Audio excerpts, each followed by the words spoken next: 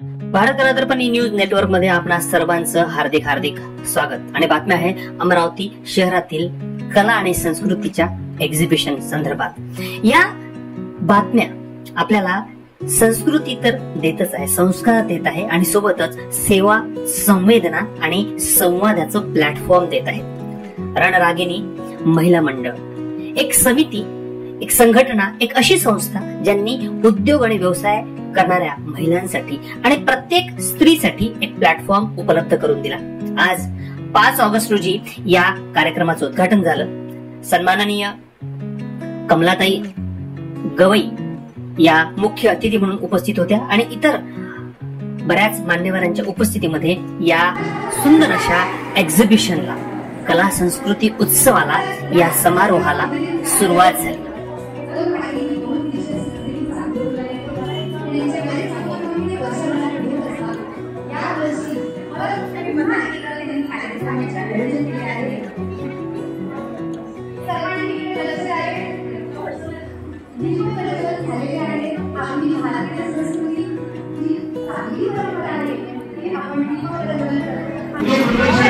आणि कला उत्सव 2025 मध्ये मी तुम्हाला सर्वांचं एक पुरुष म्हणून सुद्धा स्वागत करतो, कारण स्त्रियांची जरी गर्दी असली परंतु मला असं वाटतं की तुम्ही हा सहपरिवार सोहळा ठेवलेला आहे आणि मी कलादर्पणच्या संचालक ॲडव्होकेट आशिष काळगे माझी छोटी सोबत वाईट म्हणजे हा कार्यक्रम एकदा सुरू झाला की मी आपल्या कामामध्ये व्यस्त होऊन जात।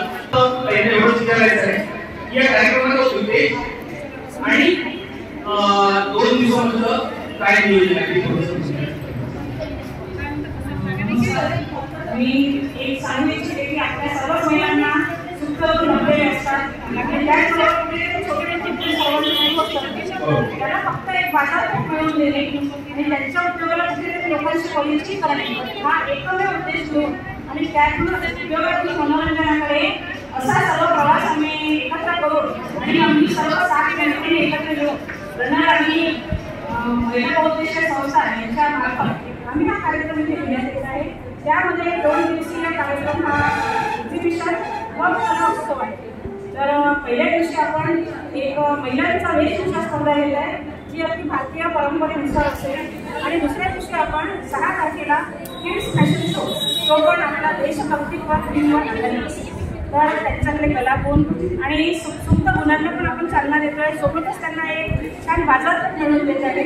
त्यांच्या वस्तूंना आपण एक ओळख करून देत आहे की चला एक महिलांनी समोर येऊन आपल्याच महिलांचे हात बळकट करूया आणि सर्वांना विनंती करते मी माझ्या सर्व महिलांना, सखींना सहपरिवार या प्रदर्शनीला भेट द्या, आपल्या महिलांचा उत्साह वाढवा आणि आपला आनंद द्विगुणित करावा अशी मी समस्त आयोजकांतर्फे मी आपल्याला विनंती करते। धन्यवाद। कलादर्पण नेहमीच कला, संस्कृती आणि साहित्याला प्रोत्साहन देते, पण एक प्रश्न आणखी मला इथे विचारायचं आहे की ही प्रेरणा आणि प्रोत्साहन तुम्हाला कुठून मिळेल? प्रेरणा म्हणाल असं की मैत्री म्हणजे कसं असतं, एक मैत्री आहे पण कुठेतरी क्रिएटिव्ह केलं पाहिजे। गप्पा टप्पा, फिरणं, मस्ती, मजा हे तर आहेच आणि करायलाच पाहिजे, कारण आजचा आनंद उद्या नाही। प्रत्येक दिवस हा शेवटचा म्हणून जर आपण आनंदाने जगायला घेतलं तर त्यातूनच आपण दुसऱ्यांना पण एक थोडासा मदतीचा हात, थोडा तर होईना मदतीचा हात देऊ शकतो असं आम्ही ठरवलं आणि त्यातून ही प्रेरणा मिळून आम्ही हे सगळे वाटचाल आजचा जो सोहळा आहे तो आम्ही तुमच्यासोबत आहे। धन्यवाद। तुम्हाला सर्व मैत्रिणींना आणि संपूर्ण हे सहभाग, सहकार्य आणि सहयोग करणाऱ्या सर्वांनाच भारत कलादर्पणच्या माध्यमातून आम्ही खूप शुभेच्छा देतो की तुमची ही वाटचाल आहे अशी प्रगतीपथावर नेहमी अविरत होत राहावी ही शुभेच्छा खूप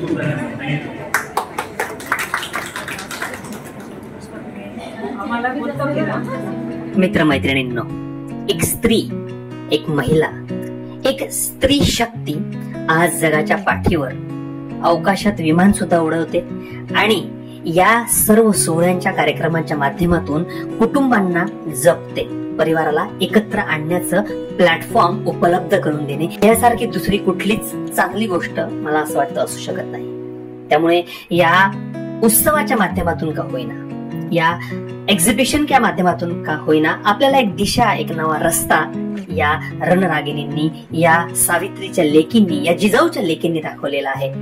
आम्ही भारत कलादर्पणच्या वतीने आपल्या सर्वांना आवाहन करतो की आपण सुद्धा या एक्झिबिशनचा एक पार्ट व्हावं, ते भेट द्यावी आणि नक्कीच तुम्हाला त्याच्यापासून आनंद मिळणार आहे.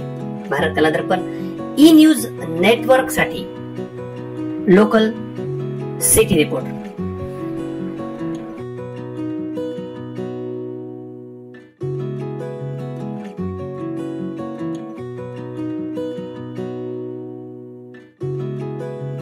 धरती से रिश्ता हमारा जुड़ा है कुछ इस कदर कि गगन को छूने की ताकत भी इस मिट्टी से मिलती है हमें.